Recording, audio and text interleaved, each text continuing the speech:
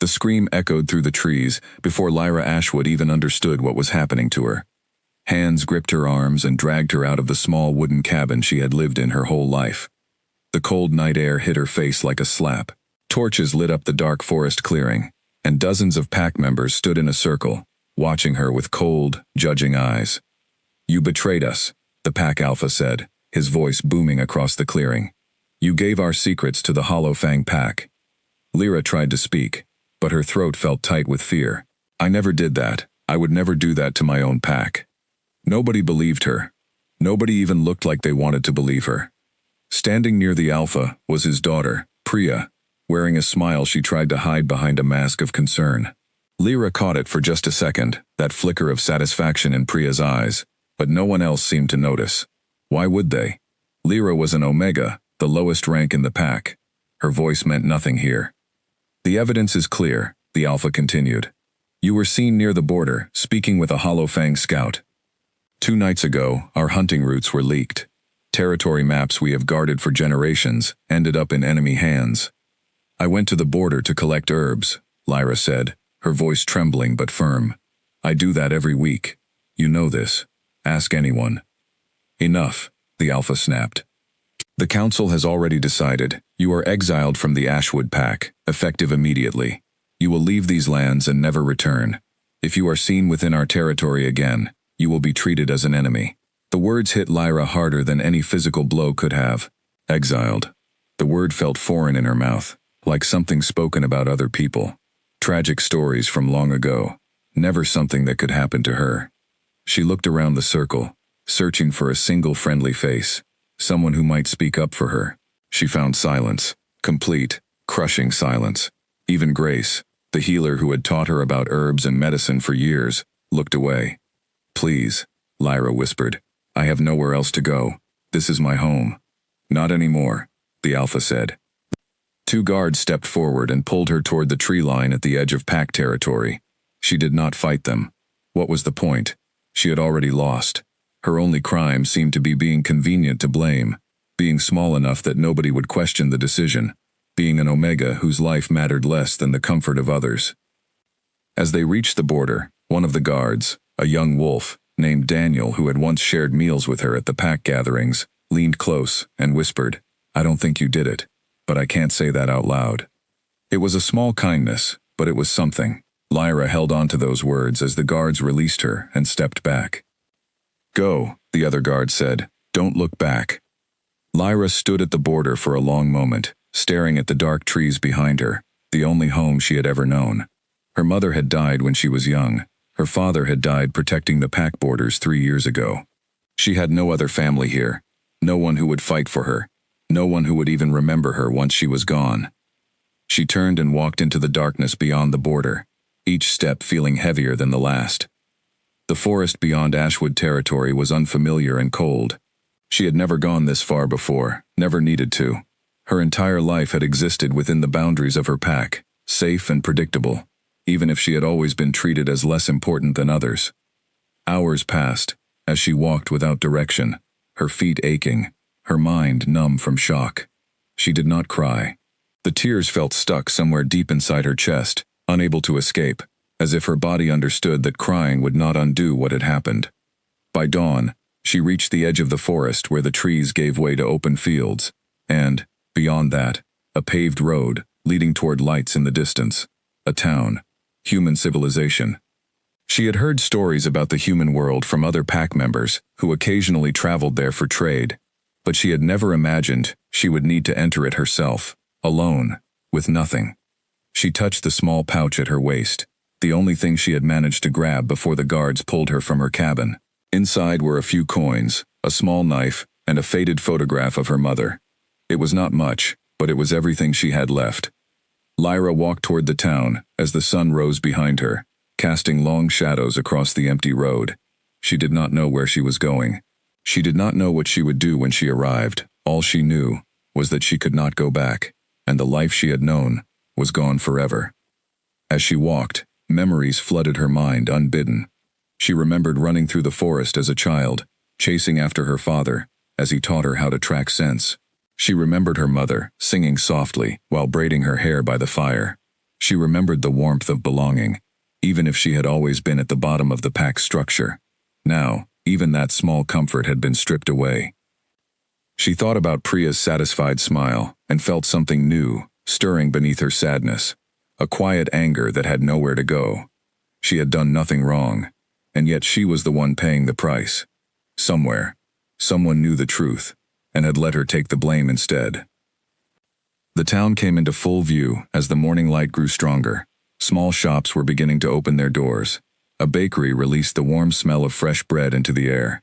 People moved about their morning routines, completely unaware that a wolf who had lost everything was walking among them for the first time. Lyra paused at the edge of the town, taking a deep breath. She had never hidden her wolf nature before. She had never needed to. But now, surrounded by humans who knew nothing about packs or alphas or exile, she understood that survival meant becoming someone entirely different. She would need a new name, perhaps, a new story, a way to disappear into this world so completely that no wolf would ever find her again, and so that she could forget, even for a moment, the pain of being cast out by the only family she had ever known. As she took her first steps into the town, something deep within her chest gave a strange pulse, a feeling she had never experienced before. It was faint, like a distant heartbeat that did not belong to her, and yet somehow felt connected to her very core. She stopped walking and pressed a hand to her chest, confused by the sensation. She had heard whispers among older pack members about mate bonds, about a connection between two wolves that could be felt even across great distances. She had always dismissed it as folklore, something reserved for alphas and important bloodlines, never something that would apply to an omega like her. The feeling passed as quickly as it had come, leaving her more confused than before. She shook her head, telling herself it was simply exhaustion and grief playing tricks on her senses. She had far more pressing matters to worry about than a fleeting, unexplainable sensation. With her small bag clutched tightly in her hand, Lyra Ashwood walked deeper into the unfamiliar town, leaving behind everything she had ever known, unaware that hundreds of miles away, in a stronghold far more powerful than the Ashwood pack could ever imagine, someone had just felt that very same pulse, and sat up straight, gripping the arms of his chair with sudden, unexplainable urgency. The town, she would later learn, was called Millbrook, a quiet place surrounded by farmland and forest, far enough from any major city that few people ever passed through, unless they had a reason to stay. It seemed like as good a place as any to begin disappearing. Lyra found a small inn near the center of town and used some of her limited coins to rent a room for a single night. The woman behind the desk, an older human with kind eyes, did not ask questions about why a young woman was traveling alone with nothing but a small bag.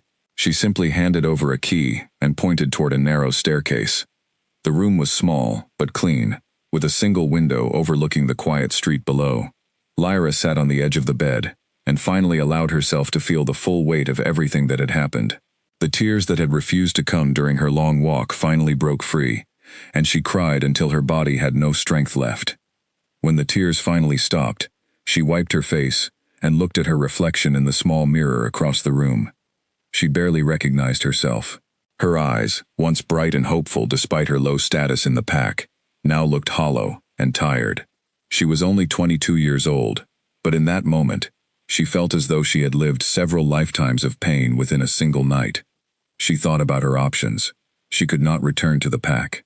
She could not seek help from other packs, since word of her exile would likely spread quickly among wolf communities, and no alpha would risk taking in someone accused of betrayal.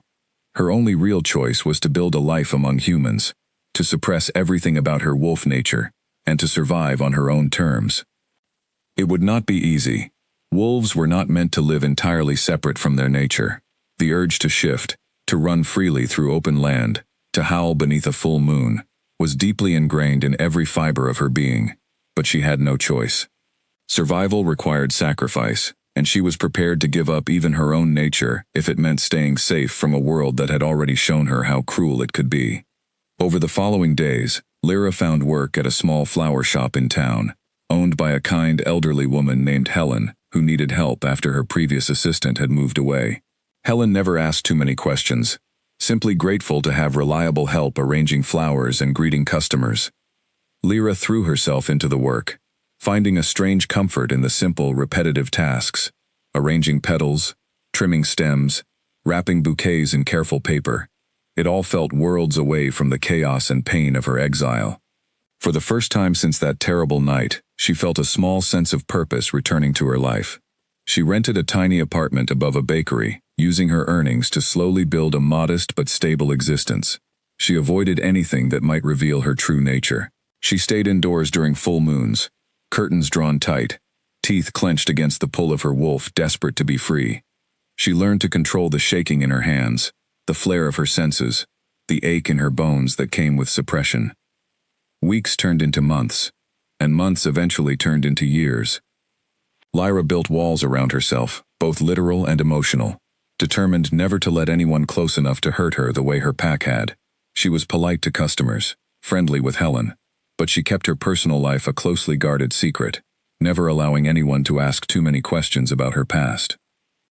Yet even as she buried her wolf nature deep beneath layers of human routine, that strange pulse she had felt on her very first day in Millbrook occasionally returned, faint but persistent, like an ember that refused to fully die out. She never understood what it meant, and she never allowed herself to hope that it might mean anything good. She had learned the hard way that hope was a dangerous thing, easily crushed and rarely rewarded.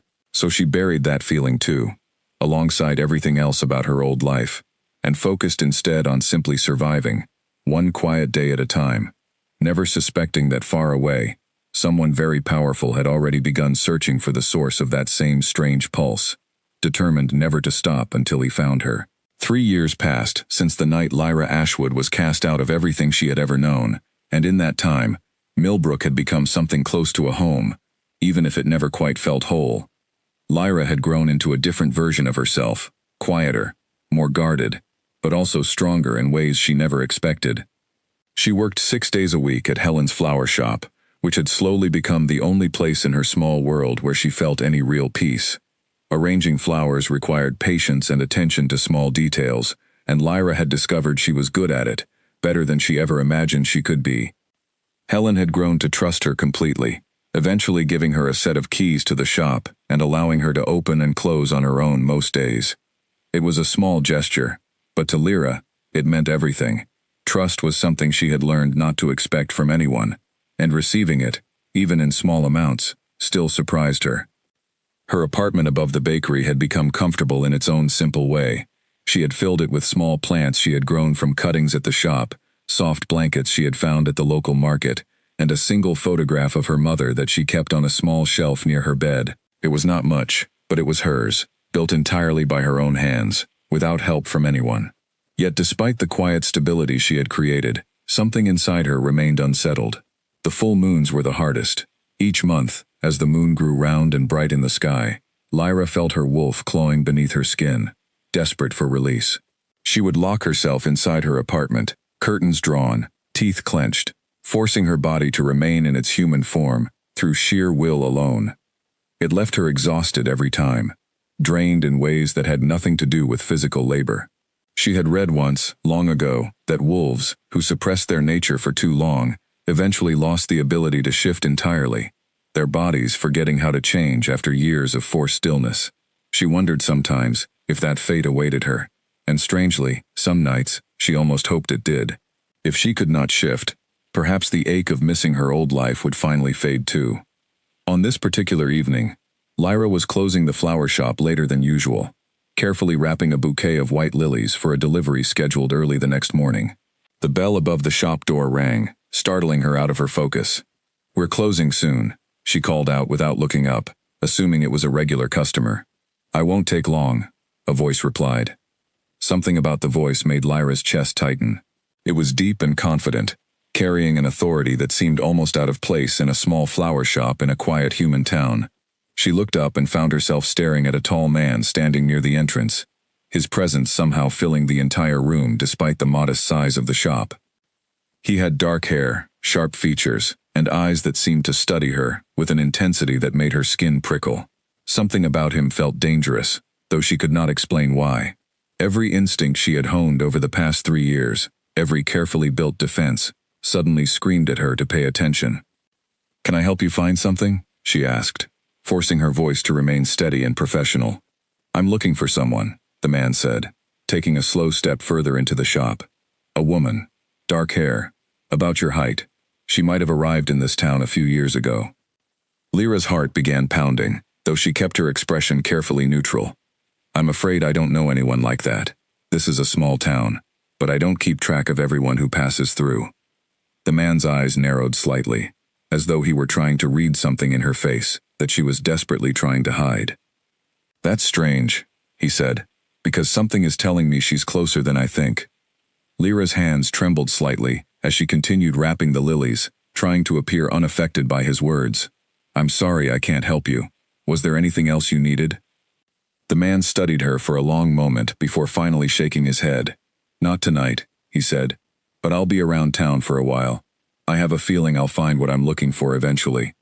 He turned and left the shop without another word, the bell above the door ringing softly as he disappeared into the evening. Lyra stood frozen behind the counter, her heart racing. That strange pulse she had felt years ago, suddenly returning with far greater intensity than ever before. She pressed a hand against her chest, trying to steady her breathing. Something about that man had triggered every instinct she possessed, warning her of danger, yet also stirring something else entirely, something that felt disturbingly close to recognition. That night, Lyra barely slept. She lay awake in her small apartment, staring at the ceiling, replaying every detail of the encounter. The way his eyes had studied her, the strange authority in his voice, the way her body had reacted the moment he stepped through the door, as though some deeply buried part of her recognized him, even though she had never seen him before in her life. She told herself it meant nothing. Strangers passed through Millbrook occasionally, and there was no reason to believe this man had anything to do with her past. Yet deep down, she knew she was lying to herself. No ordinary human carried themselves with that kind of presence. No ordinary human made her wolf stir so violently beneath her skin. He was a wolf, she was certain of it, and if he was searching for her, it likely meant her exile had followed her, even here, even after 3 years of careful hiding. The following morning, Lyra arrived at the flower shop earlier than usual, her nerves still on edge from the previous night's encounter. Helen noticed immediately that something was wrong. You look like you didn't sleep at all, Helen said, setting a cup of tea in front of her. Everything all right, dear? Just a rough night, Lyra replied, forcing a small smile. I'll be fine. Helen studied her for a moment but did not push further, simply patting her hand gently before returning to her own tasks. Lyra appreciated the kindness, even as guilt gnawed at her for keeping so much hidden from the one person in Millbrook who had shown her genuine care. Throughout the day, Lyra found herself glancing toward the shop entrance every time the bell rang, half expecting the mysterious man to return. He did not appear, but the tension never fully left her body. She kept replaying his words in her mind. Something is telling me she's closer than I think. By evening, as she prepared to close the shop, Lyra decided she needed answers. She could not continue living in fear, wondering if every stranger in town might be connected to her past. She resolved that if the man returned, she would confront him directly, demand to know who he was, and why he was searching for someone matching her description. As if summoned by her very thoughts, the bell above the door rang once more, just as she was locking the front entrance. She turned quickly, her heart leaping into her throat, and found the same man standing just outside, watching her through the glass. She hesitated for a long moment before finally unlocking the door and stepping outside to meet him directly, refusing to let him see how much he had unsettled her.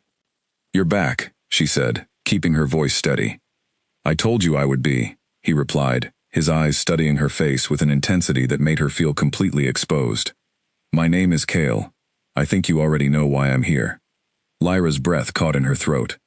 Somewhere deep inside her chest, that strange pulse returned once more, stronger than ever, pulling her toward him in a way she could not understand or control, and for the first time in 3 years, she felt the walls she had built so carefully begin to crack under the weight of a truth she was not yet ready to face. Cale Draven had felt the pulse for the first time, exactly 3 years ago, on a night that had changed everything about how he understood his own life. He had been sitting in his private chambers within the fortress that served as the seat of power for every wolf pack across the region, reviewing reports from various territories under his authority as Alpha King, when a sudden, overwhelming sensation had struck him without warning.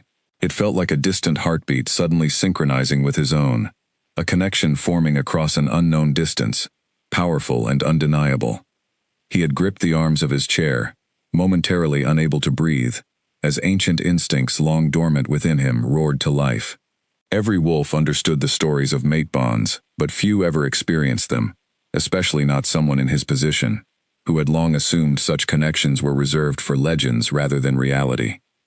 That night, Kale had immediately sent trusted scouts across every pack territory, searching for any sign of a disturbance, any unusual event that might explain the sudden awakening of a bond he had never expected to feel. The reports that eventually came back were unremarkable, mentioning only a minor incident within the Ashwood pack involving an Omega exiled for alleged betrayal. At the time, Kale had dismissed the connection as coincidence, unwilling to believe that his fated mate could possibly be someone cast out and disgraced by her own pack. He had responsibilities that consumed nearly all of his time, overseeing disputes between packs, maintaining order across vast territories, and protecting wolf communities from threats both human and supernatural. He had convinced himself the strange sensation had been nothing more than exhaustion or stress affecting his senses. But the pulse never fully disappeared. Over the following months, it returned occasionally, faint but persistent, always accompanied by an inexplicable pull towards something he could not name. Eventually, Kale could no longer ignore what his instincts were telling him, and he began quietly investigating the incident within the Ashwood pack more thoroughly. What he uncovered troubled him deeply. The evidence used to condemn the exiled Omega, a woman named Lyra Ashwood, had been remarkably thin. A single sighting near pack borders, easily explained by her regular duties collecting herbs, had been treated as definitive proof of betrayal. No formal investigation had taken place. No opportunity for proper defense had been given. The decision had been made swiftly, almost too swiftly, as though someone had been eager to see her removed from the pack entirely. Kale's suspicions grew stronger when he learned that the Ashwood Alpha's daughter, Priya, had been present at several key moments surrounding the incident, always positioned conveniently to benefit from Lyra's downfall. Priya had reportedly disliked Lyra for years, jealous of qualities she possessed, despite her low status within the pack. The more Kale investigated, the more convinced he became that Lyra Ashwood had been wrongfully exiled, likely the victim of a calculated scheme, rather than an actual betrayer of pack secrets. And if his instincts were correct, if this woman truly was his fated mate, then she had suffered greatly, while he remained unaware, consumed by duties that had blinded him to the bond forming between them.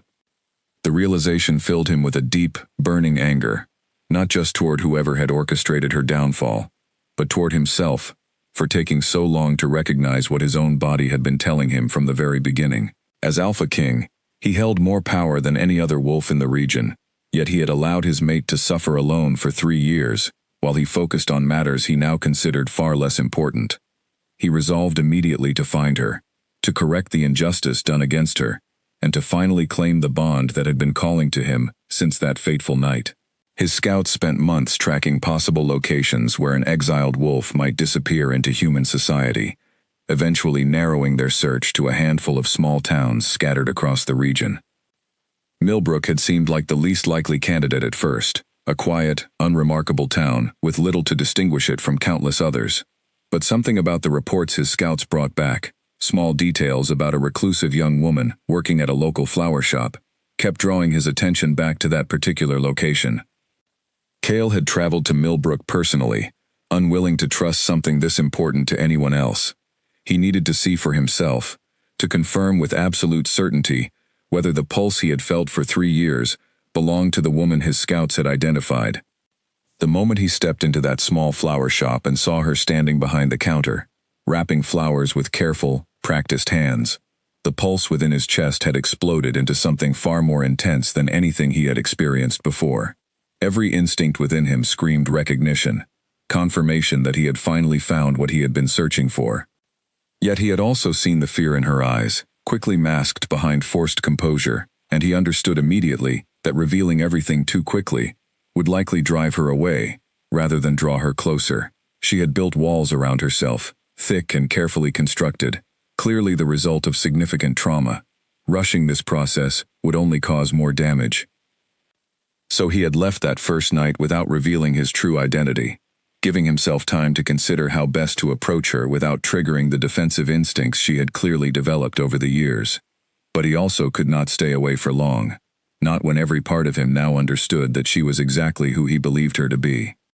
Now, standing outside her small flower shop as evening settled over Millbrook, watching her step outside to meet him directly despite her obvious fear, Cale felt something he rarely experienced, genuine uncertainty about how to proceed. "My name is Cale," he said again, watching her carefully. "I think you already know why I'm here." Lyra's eyes widened slightly, and he could see her pulse quickening at her throat, could practically feel her heart racing, even from where he stood. She took a small step backward, putting distance between them, though her eyes never left his face. "I don't know what you're talking about," she said, though her voice lacked the conviction from their previous encounter. "I think you have the wrong person." "I don't," Cale said gently, taking a slow step closer, careful not to move too quickly and startle her further. "You felt it too, didn't you, last night, when I walked into your shop? Something changed." Lyra's composure cracked slightly, her eyes filling with a mixture of fear and something that looked almost like desperate hope, quickly suppressed. "I don't know what you mean," she repeated, though her voice trembled. "You're a wolf," Cale said simply, his voice low enough that no human passing by would overhear. "Just like me, and I believe we share a connection that goes far deeper than either of us initially understood." Lyra's face went pale, and for a moment, Cale feared she might turn and run entirely, disappearing back into the anonymity she had spent years carefully constructing. But instead, she stood frozen, staring at him with an expression caught between disbelief and dawning realization. "Who are you?" she finally whispered. "Someone who has been searching for you for a very long time," Cale replied honestly, "and someone who believes you deserve to know the truth about what happened to you 3 years ago." Lyra's breath caught sharply, and Cale watched as old wounds, clearly still raw beneath her carefully maintained exterior, threatened to surface entirely. He understood in that moment that convincing her to trust him would require far more than simply revealing his identity or explaining the bond between them. He would need to prove, through actions rather than words alone, that he was genuinely committed to uncovering the truth and correcting the injustice she had suffered. It would take time, patience, and careful effort to break through walls built from years of betrayal and abandonment. But Cale had never backed away from a challenge in his entire life, and he certainly was not about to start now, not when the woman standing before him represented everything he had never known he was searching for, and everything he now understood he could not imagine living without.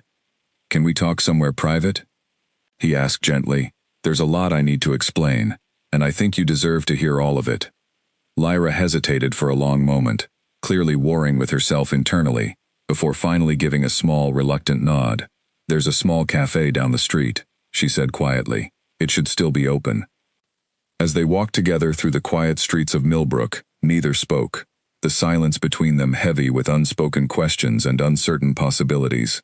But beneath that silence, Cale could feel the bond between them growing stronger with every step, undeniable proof that whatever challenges lay ahead, they were meant to face them together.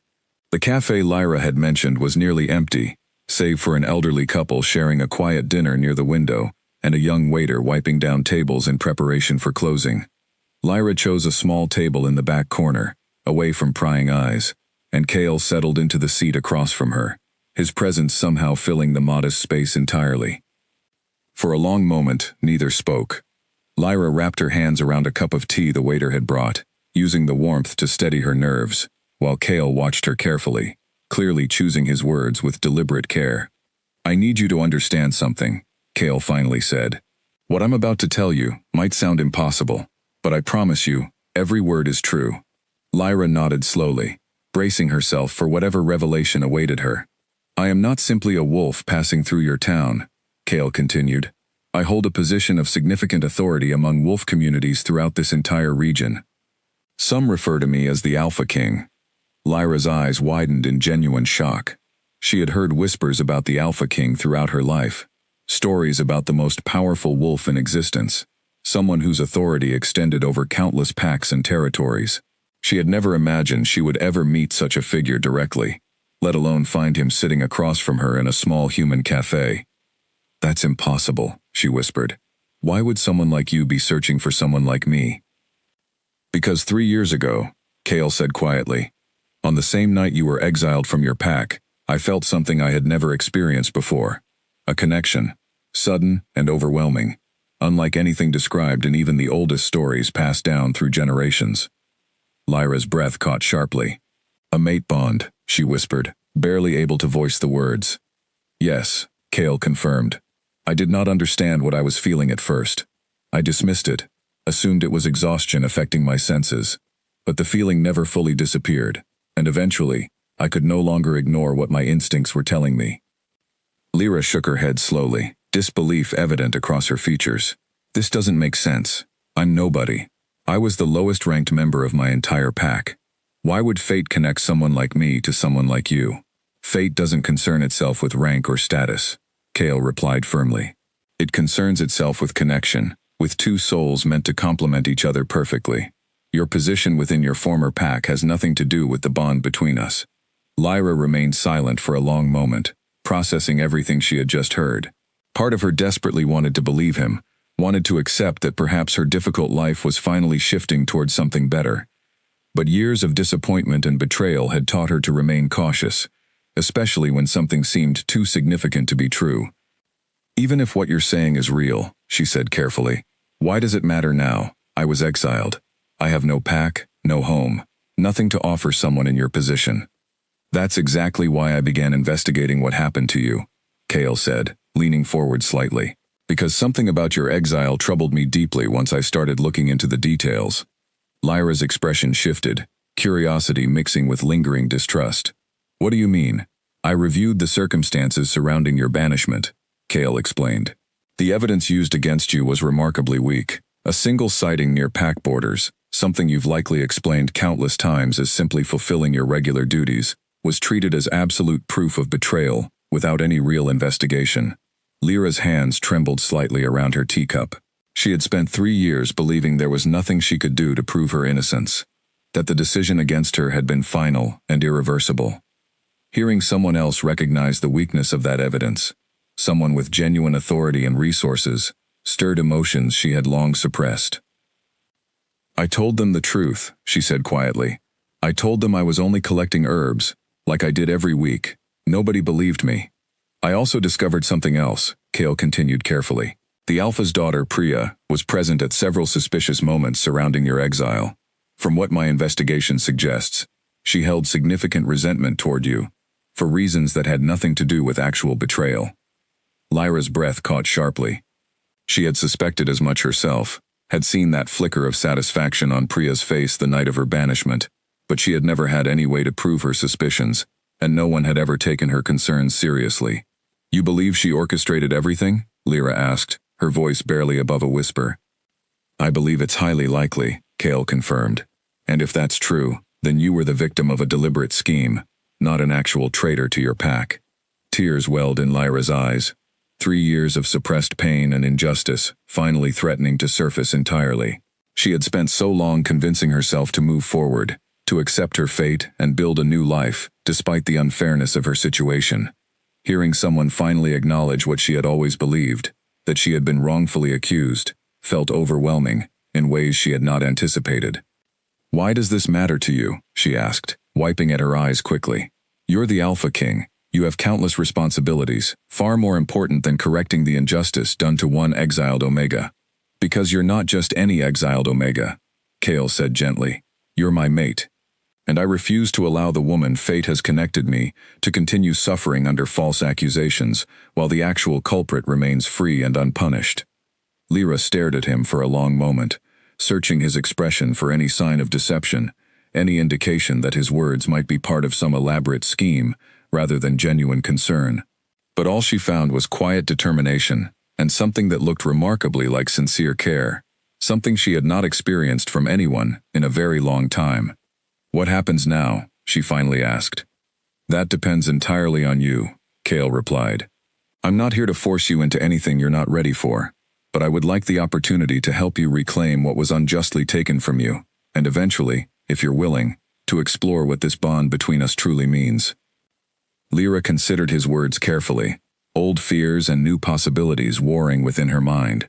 Trusting anyone again, especially someone claiming such significant authority and power, felt terrifying after everything she had experienced.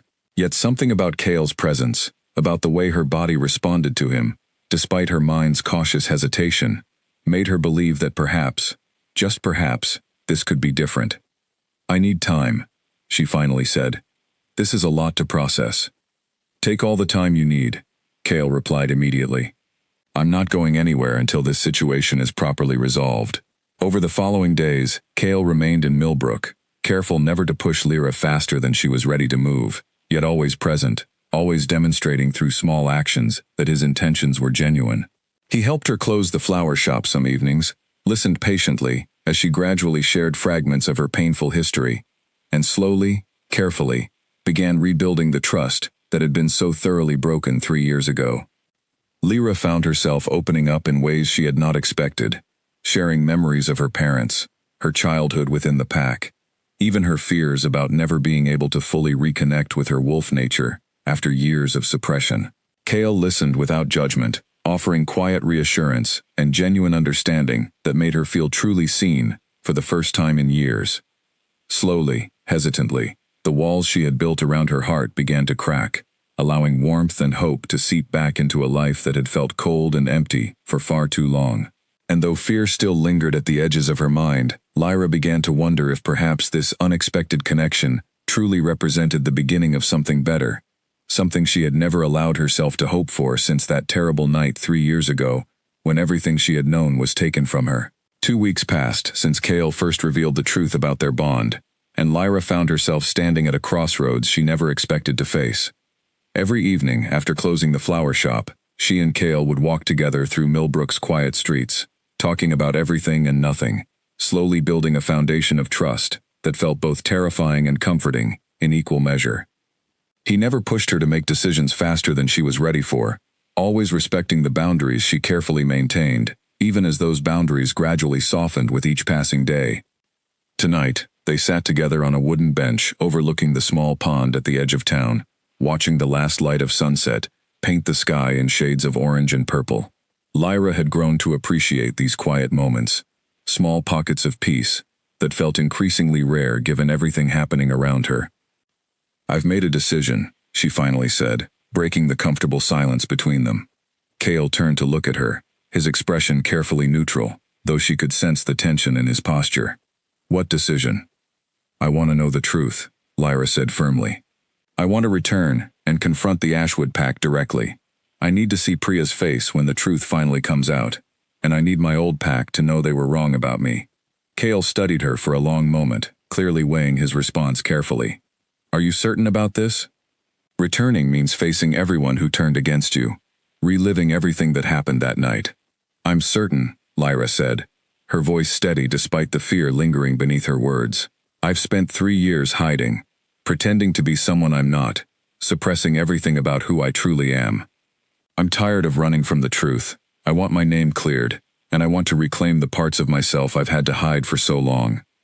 A small smile crossed Kale's face, pride evident in his expression. "Then I'll make sure it happens. As Alpha King, I have the authority to demand a full investigation into your exile. If Priya is indeed responsible for what happened to you, she will face consequences for her actions." Lyra felt a mixture of relief and lingering anxiety at his words. The idea of finally receiving justice felt overwhelming after years of believing such a thing would never be possible. Yet the thought of facing her former pack again, of standing before people who had so easily condemned her without proper investigation, still filled her with deep unease. "What if they don't believe the evidence?" she asked quietly. "What if nothing changes, even with your involvement?" "They will believe it," Kale said firmly. "My position carries weight that cannot be easily dismissed. And more importantly, the evidence I've gathered is substantial enough that even without my authority, any reasonable investigation would reach the same conclusion." Over the following days, preparations began for their journey back to Ashwood territory.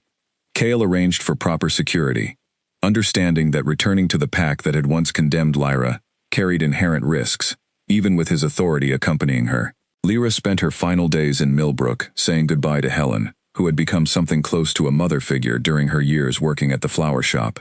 "I always knew there was more to your story," Helen said, embracing Lyra tightly as they prepared to part ways. "I'm glad you're finally getting the chance to make things right. Thank you for everything. Lyra replied, tears welling in her eyes. I couldn't have survived these past years without your kindness. You're always welcome back here, Helen said. No matter what happens, you'll always have a place in Millbrook. With her affairs in Millbrook settled, Lyra prepared to leave the quiet town that had sheltered her for 3 years, ready to face whatever awaited her in the world she had once called home. The journey toward Ashwood territory felt surreal, each mile bringing her closer to confronting a past she had spent years trying desperately to escape. As they traveled, Lyra found herself gradually reconnecting with instincts she had suppressed for so long. Cale encouraged her to practice small shifts during their journey, helping her rebuild the connection with her wolf nature that fear and trauma had forced her to abandon. The process felt uncomfortable at first, her body resisting changes it had grown unaccustomed to, but with patience and Cale's steady guidance, she slowly began remembering what it felt like to embrace her true nature fully. You're stronger than you realize, Cale told her one evening, watching as she successfully completed a full shift for the first time in years, her wolf form graceful and powerful despite years of suppression. Most wolves who suppress their nature this long lose the ability entirely. The fact that you're recovering so quickly speaks to incredible inner strength. Lyra, still adjusting to being in her wolf form again, felt a rush of emotions she had not experienced in years. Freedom, power, and a deep sense of belonging to herself that she had almost forgotten existed. Tears filled her eyes even in wolf form, overwhelmed by the return of something she had believed lost forever. As they continued their journey, the bond between Lyra and Cale continued deepening, evolving beyond simple trust into something that felt increasingly like genuine affection. Lyra found herself looking forward to their conversations, appreciating small gestures of kindness Cale consistently demonstrated, and feeling a warmth in his presence that contradicted everything she had assumed about powerful figures within wolf society. She had expected an alpha king to be cold, distant, consumed entirely by duty and authority. Instead, she found someone thoughtful, patient, and genuinely invested in her well-being, beyond simply fulfilling the obligations of their mate bond. It confused her initially, this growing affection developing alongside her nervousness about confronting her past, but she found herself unable to deny the genuine connection forming between them. One evening, as they made camp near the edge of a forest bordering Ashwood territory, Lyra found herself studying Cale as he prepared their small fire, noticing details she had somehow overlooked during their weeks together. The careful way he handled tasks, always ensuring her comfort before considering his own needs. The quiet strength, evident in every movement, contrasted against genuine gentleness whenever he interacted with her directly. "Can I ask you something?" she said softly, settling beside the fire. "Of course," Cale replied, turning his attention fully toward her. "Why haven't you tried to claim the bond fully?" she asked, her cheeks flushing slightly at the directness of her question. "I know mate bonds typically involve more than just conversation and support." Cale's expression softened, something vulnerable crossing his features that she had not seen from him before. "Because I want you to choose this connection freely, not because instinct or bond demands it. You've had enough decisions taken from you already. I refuse to be another person forcing something upon you without your genuine consent." Lyra felt something shift deeply within her chest at his words, gratitude and affection intertwining in ways that surprised her with their intensity. "Thank you," she whispered, "for understanding that." They sat together in comfortable silence for a long while, watching flames dance against the darkening sky, the bond between them growing stronger, not through force or obligation, but through genuine understanding and mutual respect. Lyra realized, watching Cale's calm, steady presence beside her, that perhaps fate had chosen wisely after all, connecting her not simply to someone powerful, but to someone genuinely worthy of the trust she was slowly learning to extend again. As sleep eventually claimed her that night, curled beneath warm blankets near the fire's dying embers, Lyra felt something she had not experienced in years, genuine hope for the future, coupled with quiet determination to face whatever awaited her when they finally arrived at Ashwood territory the following day. The border of Ashwood territory looked exactly as Lyra remembered it, the same towering pine trees, the same worn dirt path leading deeper into the forest she had once called home. Standing at that boundary line again, 3 years after being dragged across it in disgrace, sent a wave of memories crashing over her that nearly stole her breath entirely. Cale stood beside her, his presence steady and reassuring, along with a small escort of trusted guards he had brought to ensure her safety throughout this confrontation. He reached over and gently took her hand, giving it a light squeeze. "You don't have to do this alone," he said quietly. "I'm right here with you." Lyra nodded, drawing strength from his presence, and together, they crossed the border into the territory that had once cast her aside. Word of their arrival spread quickly through the pack, and by the time they reached the central clearing where pack gatherings traditionally took place, a significant crowd had already assembled, drawn by curiosity and whispered rumors about the Alpha King's unexpected visit. The current Ashwood Alpha, an older wolf named Victor who had taken over leadership after the previous Alpha's passing the year before, stepped forward to greet them, clearly nervous about the implications of hosting such a powerful visitor. "Alpha King," Victor said, bowing respectfully. "This is an unexpected honor. What brings you to our territory?" "I'm here regarding an injustice that took place within your pack 3 years ago," Kale said, his voice carrying easily across the gathered crowd. "The exile of Lyra Ashwood." Murmurs rippled through the crowd as people recognized her, some faces showing genuine shock, others displaying obvious discomfort at her return.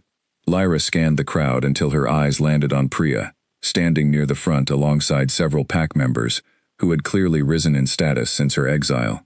Priya's face had gone pale, though she quickly masked her reaction, behind a careful expression of polite confusion. "I don't understand," Victor said carefully. "That matter was resolved years ago, before my time as Alpha. The previous council made their decision based on available evidence." "Evidence that was severely lacking," Kale replied firmly. "I've conducted a thorough investigation into the circumstances surrounding Lyra's exile, and what I've discovered suggests she was wrongfully accused, likely the victim of deliberate manipulation, rather than an actual traitor to this pack." The crowd's murmurs grew louder, uncertainty and confusion evident among those gathered. Victor glanced nervously between Kale and the crowd, clearly uncomfortable with the implications of challenging a decision made by his predecessor, especially with the Alpha King directly involved.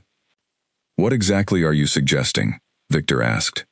"I'm suggesting we conduct a proper investigation, right here, right now, with full transparency," Kale said. "I have gathered testimony and evidence that I believe will clarify exactly what happened 3 years ago." Kale proceeded to lay out everything his investigation had uncovered, methodically presenting evidence that revealed significant inconsistencies in the original accusations against Lyra. He called forward Daniel, the young guard who had shown Lyra kindness the night of her exile, who reluctantly confirmed under Kale's questioning that he had always harbored doubts about her guilt. "I saw her collecting herbs near the border on multiple occasions before that night," Daniel admitted, his voice trembling slightly under the weight of finally speaking honestly after years of silence. "It was part of her regular duties. I never understood how a single sighting became proof of betrayal." Kale then revealed information his scouts had gathered regarding actual security breaches around that time, evidence suggesting the true source of leaked information had come from an entirely different source within the pack, someone with far greater access to sensitive territorial information than an Omega whose responsibilities never extended beyond basic herb collection. "The real question," Kale said, turning his attention directly toward Priya, "is who actually benefited from Lyra's swift exile, without proper investigation, without any opportunity for genuine defense." Priya's composure finally began cracking under the weight of everyone's attention shifting toward her. "I don't understand what you're implying," she said, her voice higher than usual, betraying her growing anxiety. "I think you understand perfectly well," Kale replied calmly. "My investigation revealed that you held significant resentment toward Lyra for years, jealous of her natural talents despite her low ranking within the pack. I also discovered that you were conveniently present at several key moments surrounding her exile, always positioned to benefit most from her removal." The crowd's attention fully shifted toward Priya now, whispers turning into open questions and accusations, as people began recalling their own suspicions from 3 years ago, doubts they had never voiced aloud out of fear or simple indifference toward an Omega's fate. "This is ridiculous," Priya said, though her voice lacked conviction.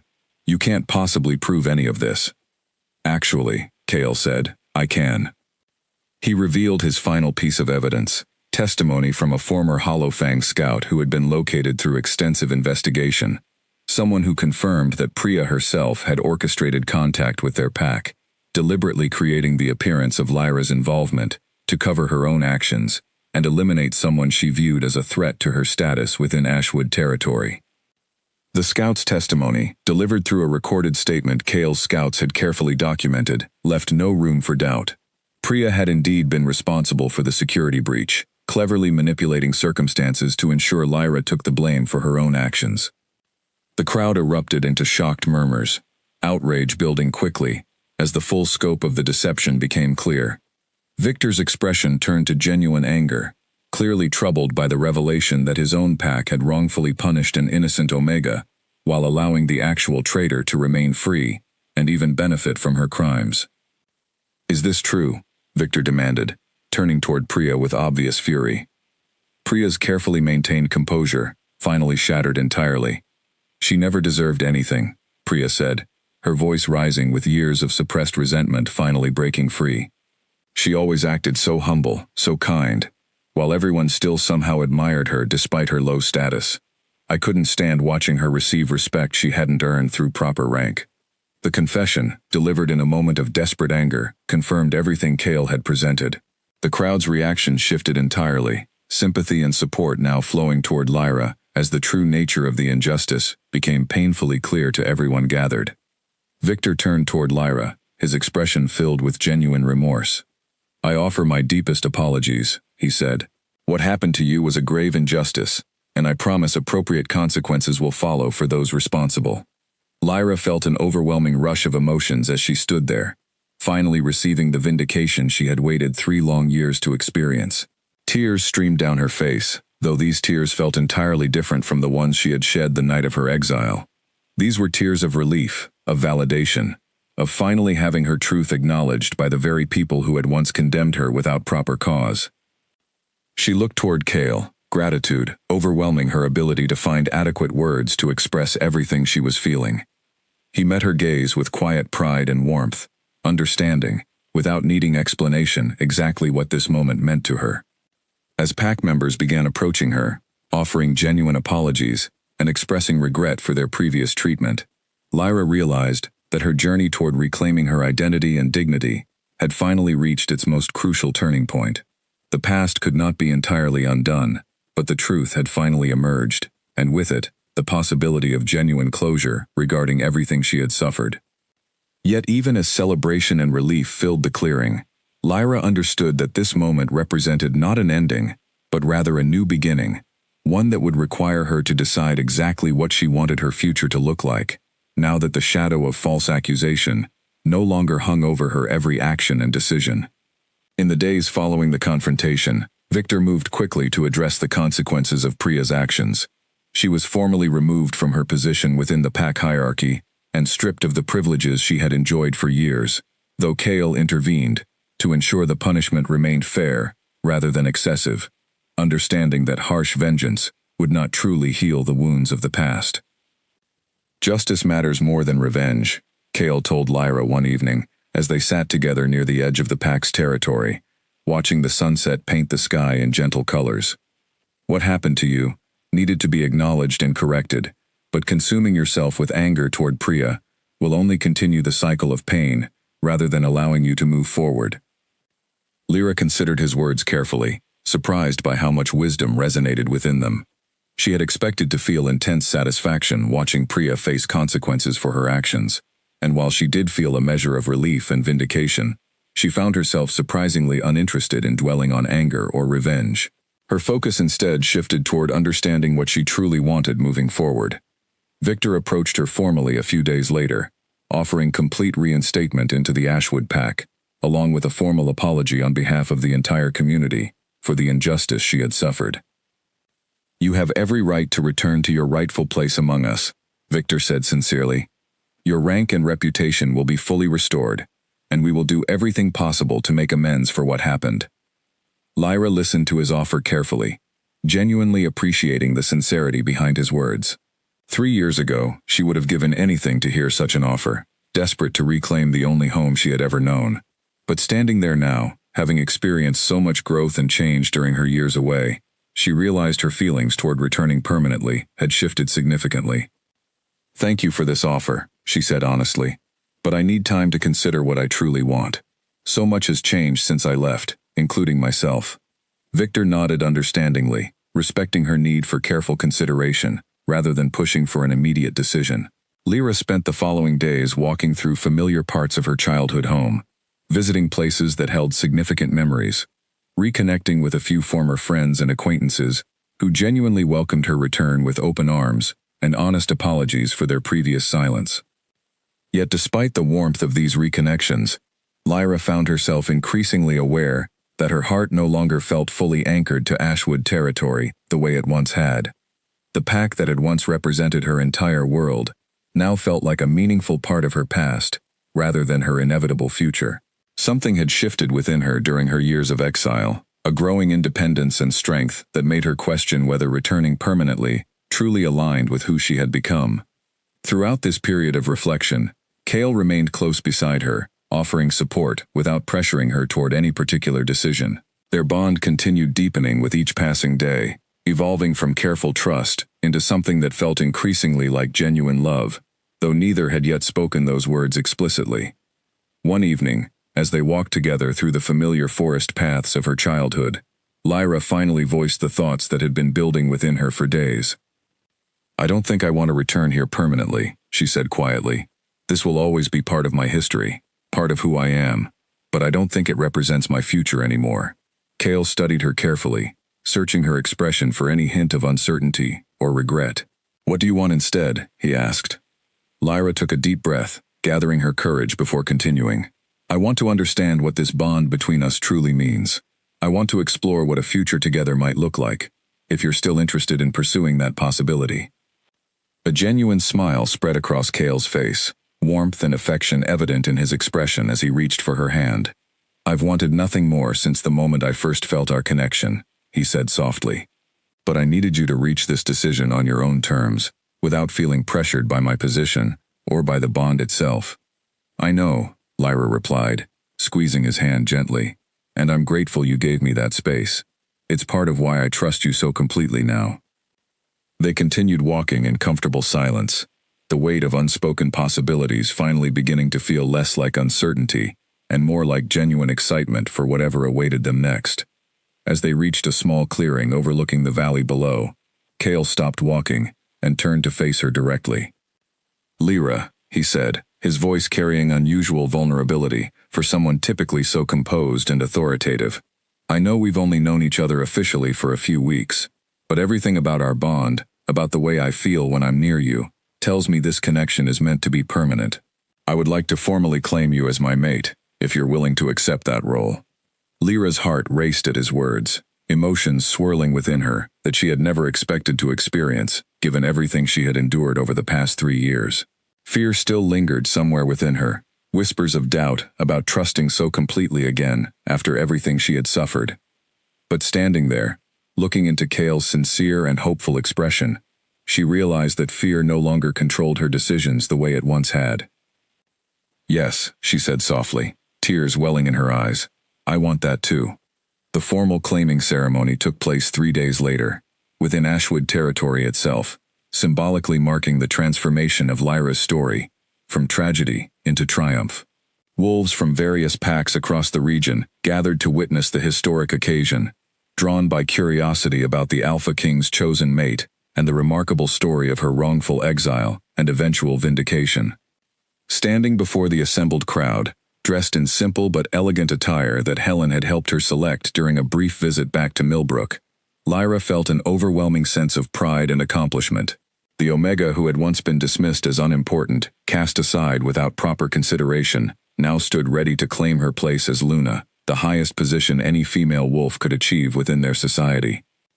Cale spoke eloquently before the crowd, formally acknowledging Lyra as his mate and future Luna, praising her strength, resilience, and unwavering integrity throughout everything she had endured. As he completed the traditional claiming ritual, marking her formally as his chosen partner before all wolfkind, Lyra felt the bond between them solidify completely, stronger and more certain than she had ever imagined possible.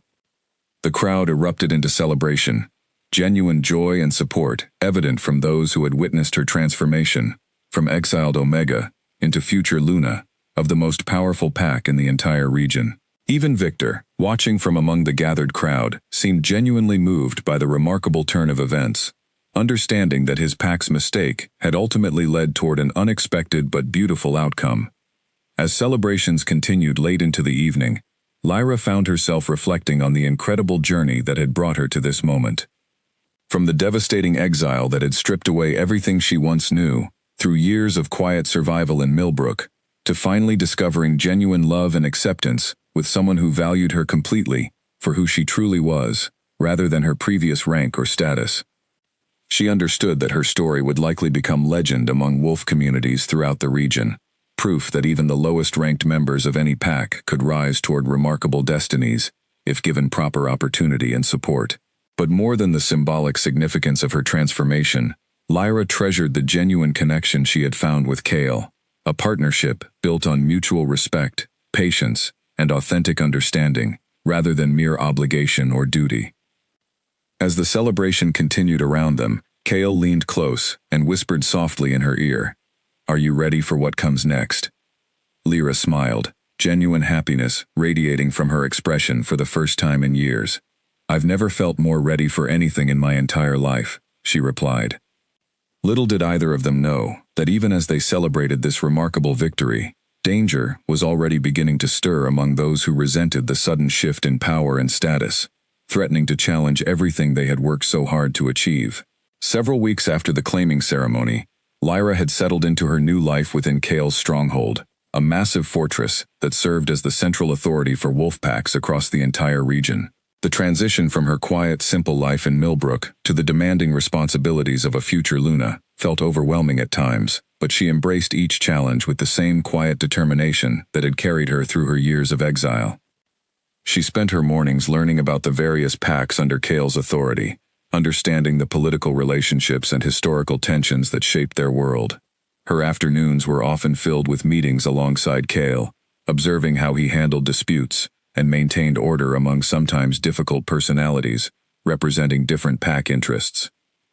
She found herself surprisingly capable in these settings, her years as an overlooked Omega having taught her keen observation skills and genuine empathy that many higher-ranked wolves lacked entirely.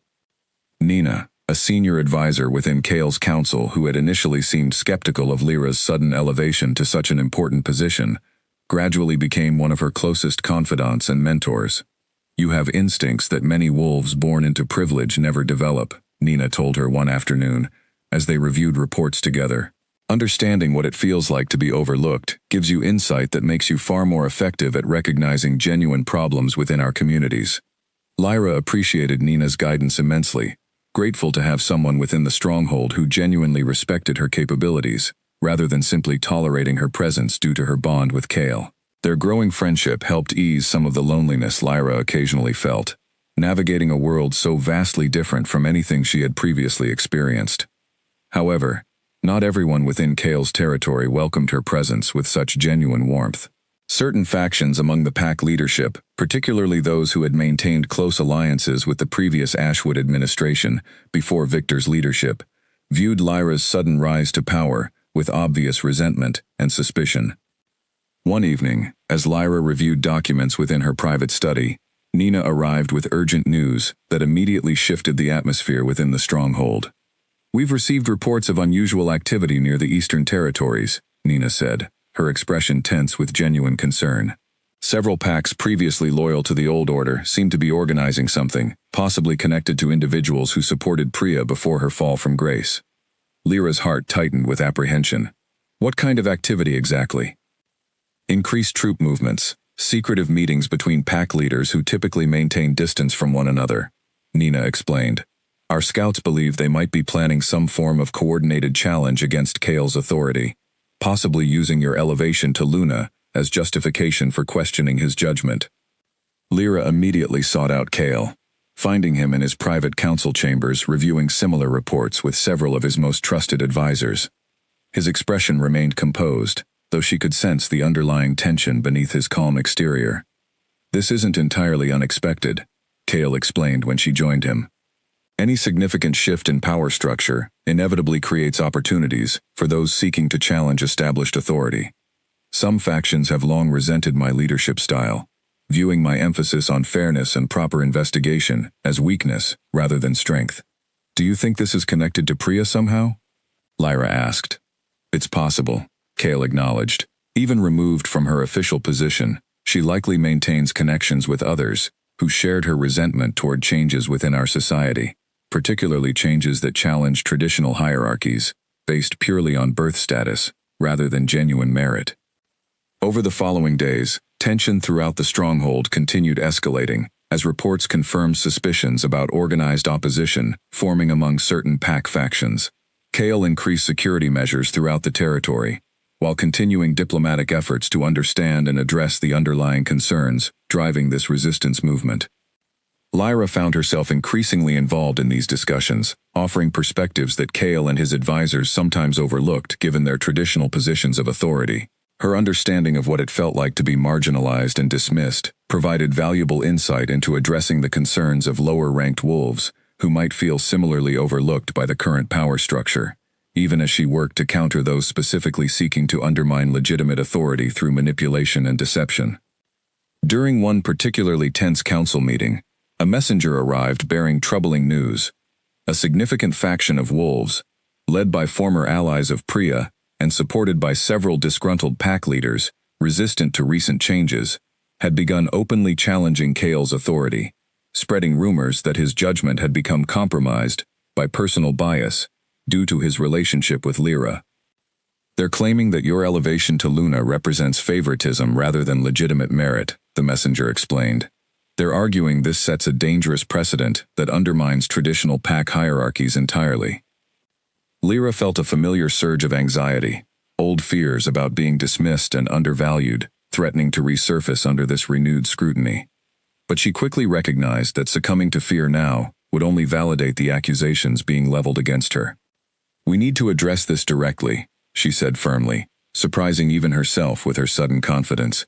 Hiding from these accusations will only strengthen their narrative. We should invite open dialogue, allow these concerns to be voiced directly, and demonstrate through transparency that our decisions are based on merit and justice rather than favoritism. Cale looked at her with evident pride, recognizing the wisdom and courage behind her suggestion. That's a bold approach, but I believe you're right. Direct confrontation, handled properly, could effectively neutralize their arguments, while demonstrating genuine transparency in our leadership. The council agreed to organize a formal gathering, inviting representatives from all pack territories, including those openly challenging Cale's authority, to discuss their concerns directly and transparently. Preparations began immediately, ensuring proper security, while allowing genuine dialogue to take place.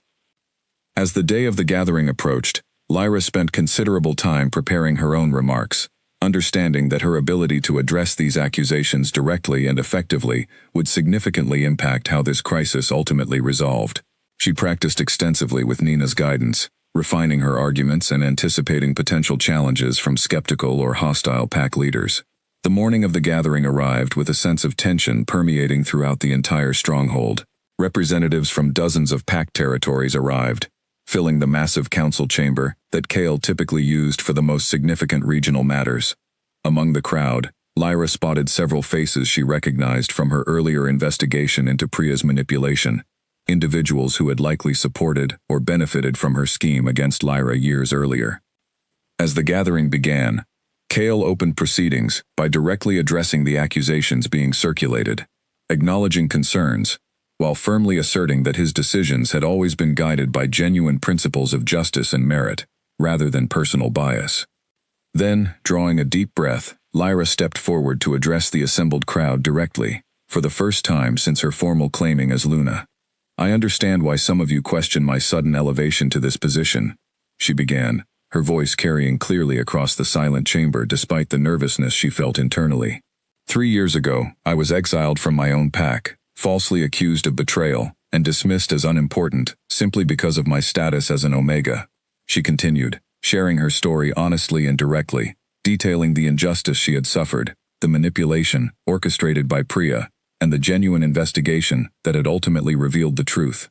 She spoke about her years of quiet survival, the strength she had discovered within herself, despite tremendous adversity, and the values she now brought toward her responsibilities as future Luna.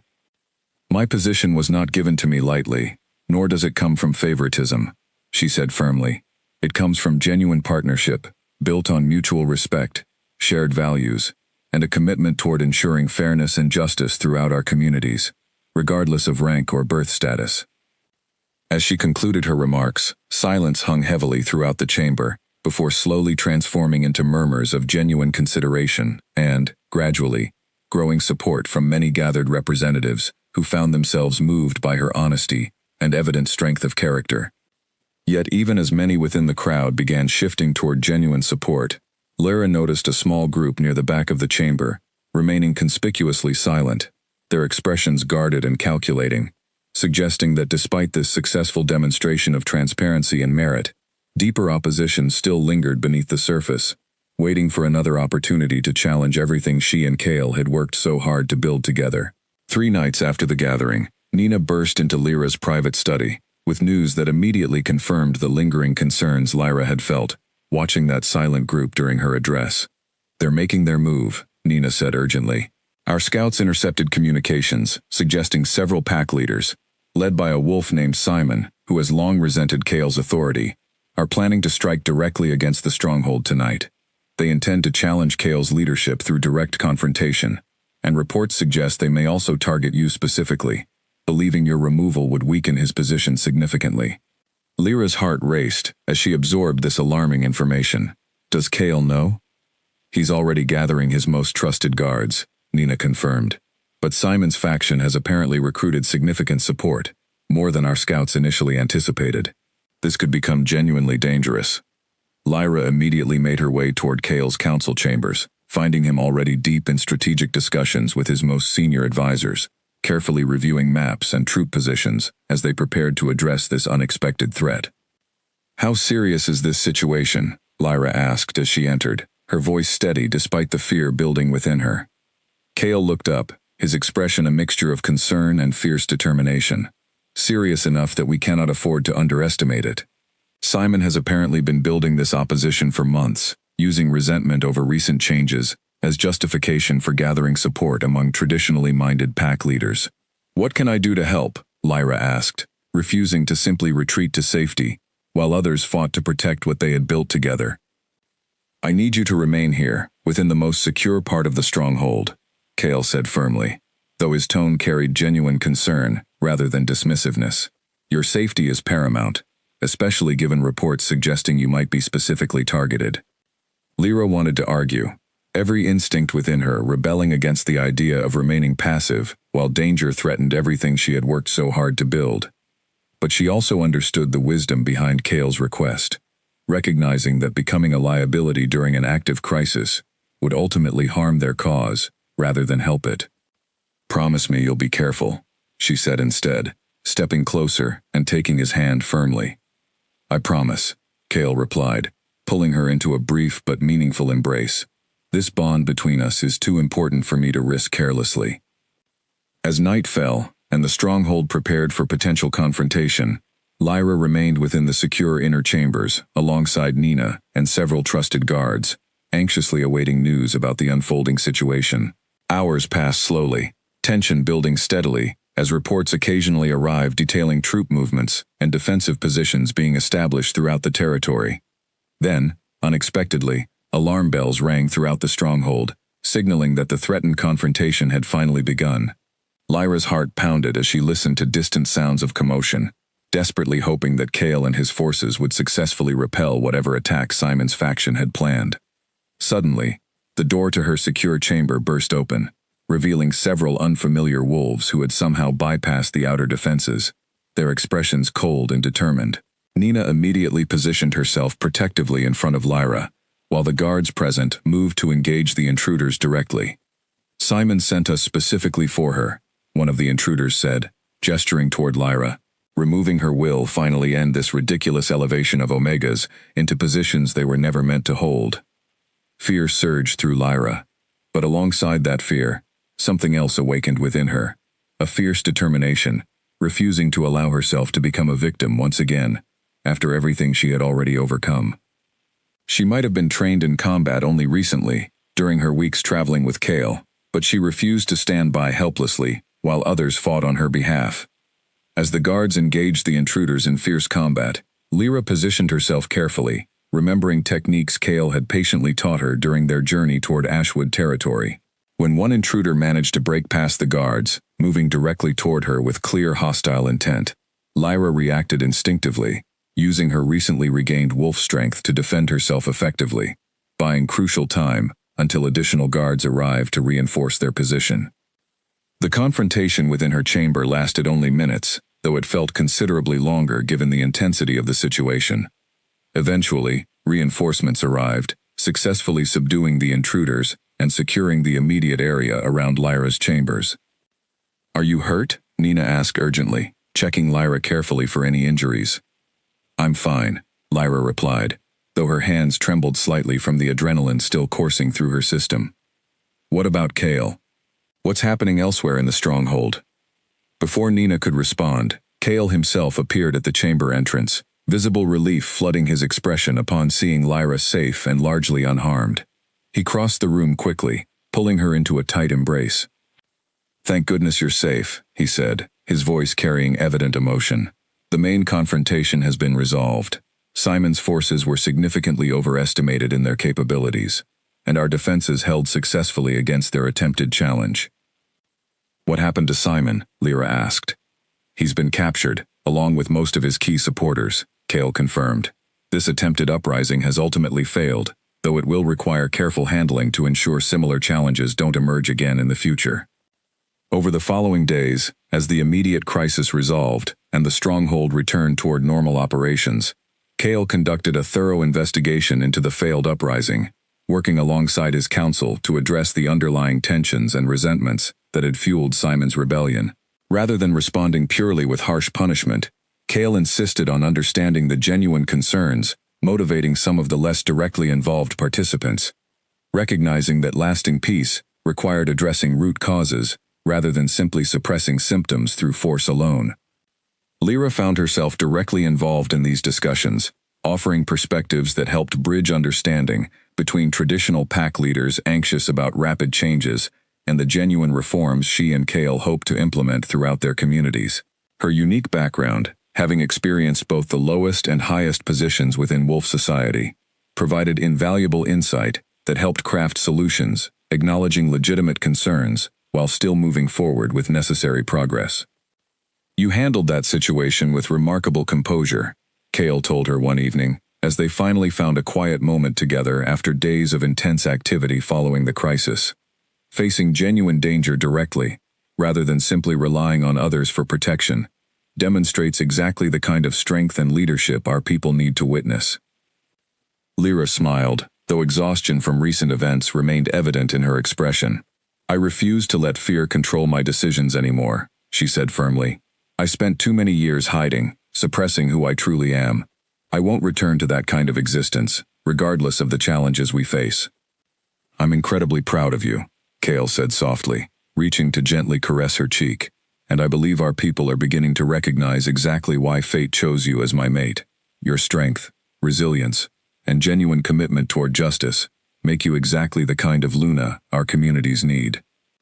As the immediate crisis resolved and life within the stronghold gradually returned toward stability, Lyra reflected on how far she had traveled since that devastating night 3 years ago when she had been cast out from everything she once knew. She had faced injustice, survived isolation, discovered unexpected love, and now successfully defended not only her own life, but the future she and Cale were building together for their entire community. Yet, even as she found genuine peace within this new chapter of her life, Lyra understood that true leadership required continued dedication toward addressing challenges as they arose, ensuring that the values of fairness, justice, and genuine merit continued guiding decisions throughout their territories, regardless of what obstacles might emerge in the future. 6 months after the failed uprising led by Simon, the stronghold had transformed into a place of genuine unity and progress, a stark contrast to the tension and uncertainty that had once threatened everything Lyra and Cale had worked to build together. Simon and his key supporters faced appropriate consequences for their actions, though Cale insisted on measured justice rather than harsh retribution, recognizing that genuine reconciliation required understanding rather than pure punishment. Several lower-ranked participants in the uprising, those who had been misled or coerced rather than genuinely malicious, received opportunities for redemption through community service and honest dialogue, ultimately becoming some of the strongest advocates for the reforms Lyra and Kale continued implementing throughout their territories. Priya, having witnessed the failed uprising and its consequences from her diminished position, eventually approached Lyra directly, offering a genuine apology that surprised everyone who had followed her earlier defiance and resentment.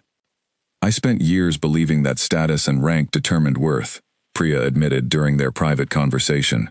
"Watching everything unfold over these past months, seeing how you've led with genuine fairness despite everything I put you through, has forced me to reconsider everything I once believed." Lyra listened carefully, recognizing genuine remorse rather than manipulation within Priya's words. "I appreciate you saying this," she replied honestly. "I won't pretend the past doesn't still affect me, but I believe everyone deserves opportunities for genuine growth and change." Their conversation marked a small but meaningful step toward healing old wounds, demonstrating the kind of genuine transformation possible when justice focused on understanding and growth, rather than pure punishment and revenge. Throughout these months, Lyra had grown increasingly confident and capable within her role as Luna, earning genuine respect from pack leaders throughout the region, who had initially questioned her sudden elevation to such significant authority. Her unique perspective, having experienced both the lowest and highest positions within their society, continued proving invaluable in crafting policies that genuinely addressed the concerns of all wolves, regardless of their birth rank or status.